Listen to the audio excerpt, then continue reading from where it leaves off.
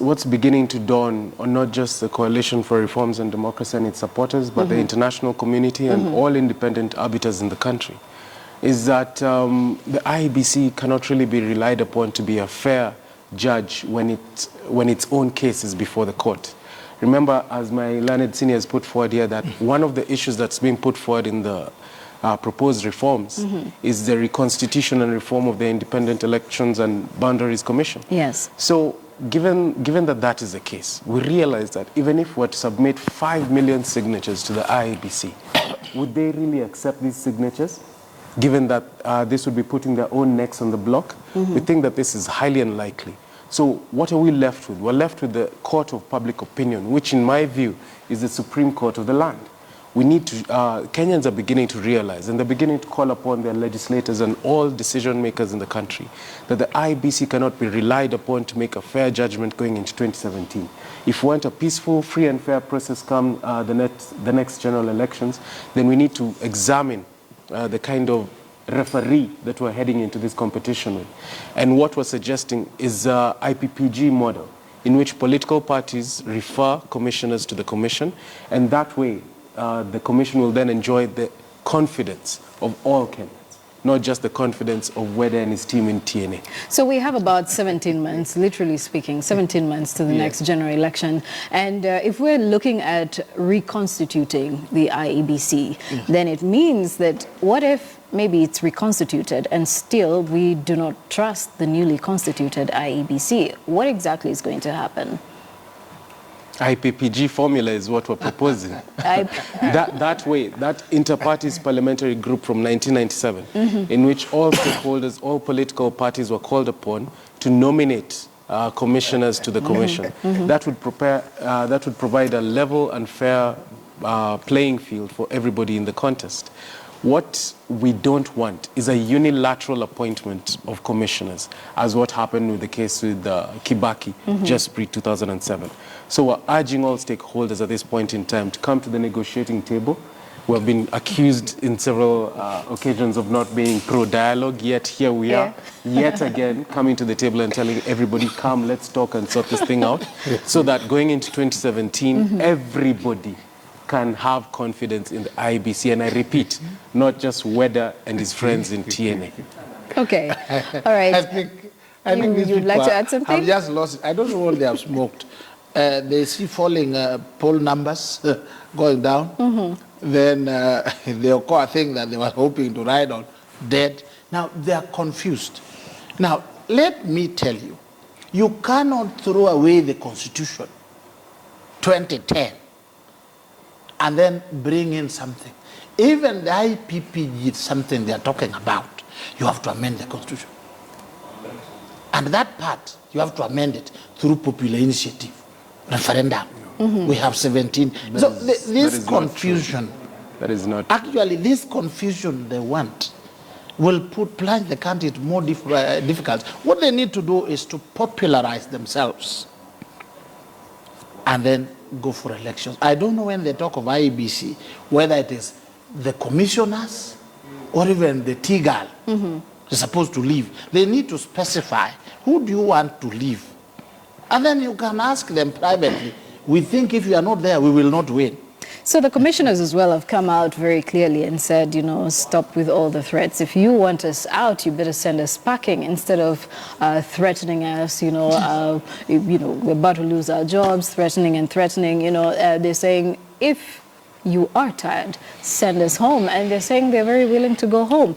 But that is a conversation we're going to have at a later stage. So there is a new InfoTrack survey that has put the popularity or placed the popularity of President Uhuru Kenyatta at 44.5% and Raila Odinga's at 27.8%. Then we have Kalonzo Musyoka at 2.5% and the other candidates as well in those percentages. But what do you think about this survey? Do you think if elections were carried out today, would still see the same results that were given by InfoTrack's survey? One, I find the nature in which opinion polls are conducted in this country to be very peculiar. In modern day democracies, you'll see, for example, in the US, at midterm, which is actually where we are, The only subject of an opinion poll is the incumbent, the person who is in power. In this case, His Excellency the President. He ought to be the only subject of opinion because he's the one who's holding the reins of power. So if Kenyans are to be asked, how would you rank the performance of such and such a leader? You can only rank the performance of that person who is the incumbent. So bringing Raila Odinga into the equation and other opposition politicians at this point in time who do not wield any constitutional mandate other than their role as opposition, I don't think is a fair assessment of the performance of leaders at this point in time. And furthermore, Raila Odinga has not declared his intention to vie for the presidency in 2017. He has not launched any presidential campaign. We are not in campaign mood. Right now, the focus should be and ought to be squarely on the performance of Uhuru Kenyatta as president. And in my view, I'd give him an E, not even a D. All right, Ambrose, what do you think about the polls? I think to us in Jubilee, this is an indication that there's some work that we need to do. Work has been done. There have been things which have been done well, the others which have not been done well. We have some of our supporters who are feeling agitated. And well, that work will be done. In the 17 months remaining, that work will be done because there's hope. Looking on the court side, I think Honorable Raila has made enough noise over the years. So people are slowly getting tired. Some people expected him to retire. He is still persistent. People, his Kamba supporters expected him to back Kalonzo Musyoka. He seems not to be doing that. So slowly people it's natural attrition. So when I see these numbers, it means even if you added these others, it's still down. And that is something that you need to work on if you hope that there'll be a runoff. As we are trying to avoid What That's all we're trying to avoid. What Mr. Weda should be more worried about is why the ratings of Uhuru Kenyatta seem to have come down from a +1 position to a sub+1 position. But you know, there was a poll that was also conducted in November last year that placed him in the 30s of percent. There was even a poll earlier than that, remember, in the wake of the Pope's visit, that had him at 79%. That's almost a 30-point percentage drop. So TNA and Jubilee supporters, instead of chest thumping and declaring how they're de facto winners and rulers of this country, ought to examine their conscience and ask themselves, why are Kenyans declining in confidence in the presidency? Is it the constant abuse of the Constitution in which we see laws proposed such as the Security Amendment laws, the new proposed Auditor General bill that seeks to strip away powers from the Auditor General, the proposed community land bill that seeks to strip away powers from the National Land Commission, or is it his mismanagement of the security sector as was witnessed in the Westgate incident, where we had hundreds of Kenyans innocently dying, and to date nobody has been brought to book?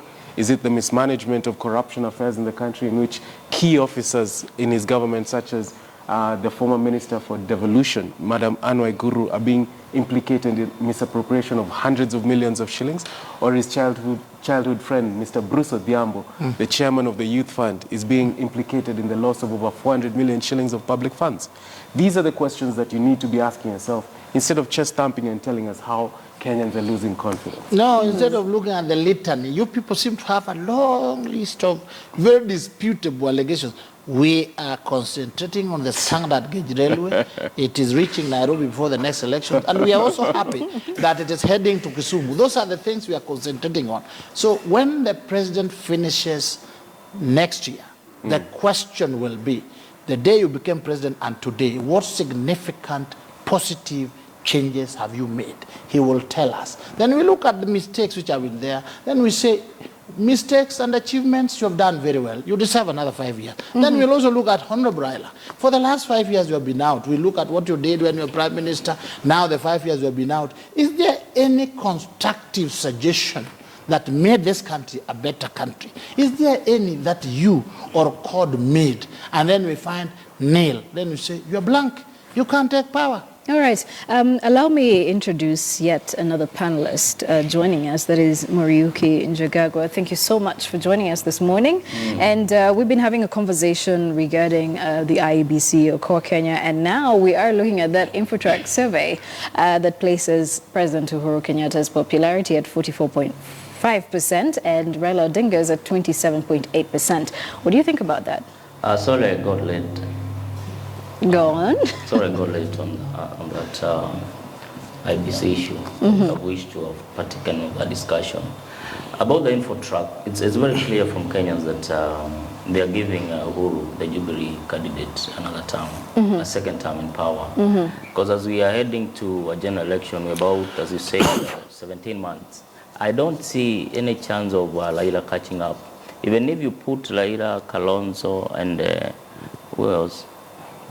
All of them. All of them. Even if you put them together, even if you add up all their ratings, they cannot even get closer to what Uhuru has. Now, if you add the 1 point something ratings for my good friend, the deputy president, then they again pass the 45%. So we just look for another 5% within now and 17 months, and it will be a game changer for us. There's no need even for a runoff. So even as is, what we're looking at is that it would still not meet the 50+1 As of now, we have not met the 50+1. But I'm telling you, I'm saying within another 17 months, that will be achievable. Let that radio gauge line get to Nairobi. But like Wenda says. What we've seen is that this percentage has been coming down from 70%, and it actually dropped in November last year to about 39%, 39.2 That is or about 37.8.